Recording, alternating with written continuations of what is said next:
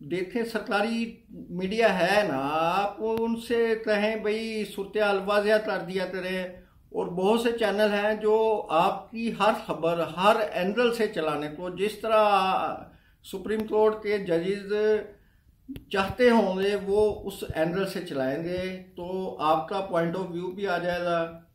तो मेरी इल्तिजा है कि इस मामले को छोड़े और अदलिया अपनी रेपुटेशन बेहतर बनाने पर तवज्जो दे, और अदलिया में जो मुदाखलत हो रही है उसको रोके हर सूरत। तो बराए मेहरबानी आप इस मामले को छोड़ दें। देखें प्रोग्रामों में तो फिर आपको हर तरह का लोगों को बुलाना पड़ेगा। साकिब नसार साहब भी आएंगे यूट्यूब पे, खोसा साहब भी आएंगे, और उमर अता बंदयाल साहब भी आएंगे, और मुज़ाहर नकवी साहब भी आएंगे। वो भी इस तरह यूट्यूब के, अगर आप उन्हें टाइम नहीं दे रहे तो हो सकता है वो दूसरे यूट्यूब चैनल बनाना शुरू कर दें। रिटायर्ड जज हैं तो वो तो ये सिलसिला कर भी सकते हैं। तो आखिर में मीडिया के हवाले से काजी साहब आपने एक दिन बताया था कि ये जो बड़े बड़े डॉलर कमाने वाले यूट्यूबर्स हैं तो वो तो खैर चंद ही हैं। तो साकिब नसार साहब ने एक काम किया था, उनके दौर में मीडिया मालकान जो थे वो अरबों रुपए गवर्नमेंट से वसूल करते थे, वर्कर्स को उनका जायज़ हक भी नहीं देते थे, बल्कि उल्टा उन्होंने वर्करों की 1.5 साल 2 साल 2.5 साल की सैलरीज दबाई हुई थी। तो इस हवाले से आपने जिक्र भी किया था कि मजलूम तबका तो असल सहाफ़ी तो वो बड़ी मजबूरी में ज़िंदगी गुजार रहे हैं। तो साकिब नसार साहब ने चले कोई अच्छा काम किया था उन्होंने, तो आप भी कर सकते हैं। तो आप मीडिया मालकान पर जोर दें कि वो अपने वर्कर्स को वाजबात अदा करें, उनके वाजबात जो रहते हैं वो अदा करें।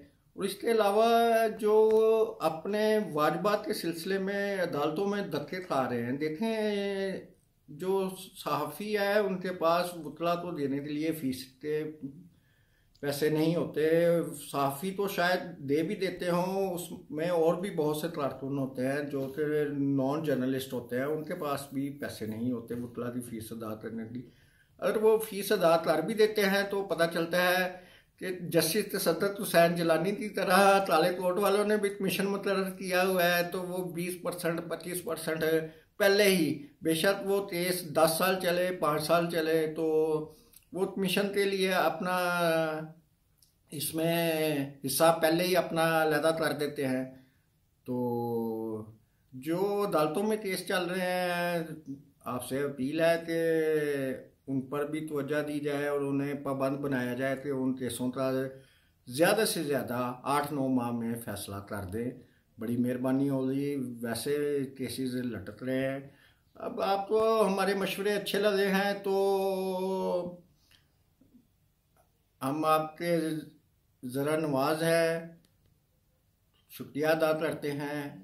अगर नहीं लगे तो आप किसी एक्सपर्ट से, हमारे से भी ज़्यादा तजर्बाकार लोगों से तजर्बे ले सकते हैं। तो इसके साथ ही हम इजाज़त चाहते हैं। आपको चैनल पसंद आया है तो सब्सक्राइब कीजिए, बेल आइकॉन का बटन दबाएं, शेयर कीजिए, कमेंट्स दें। अल्लाह हाफिज़।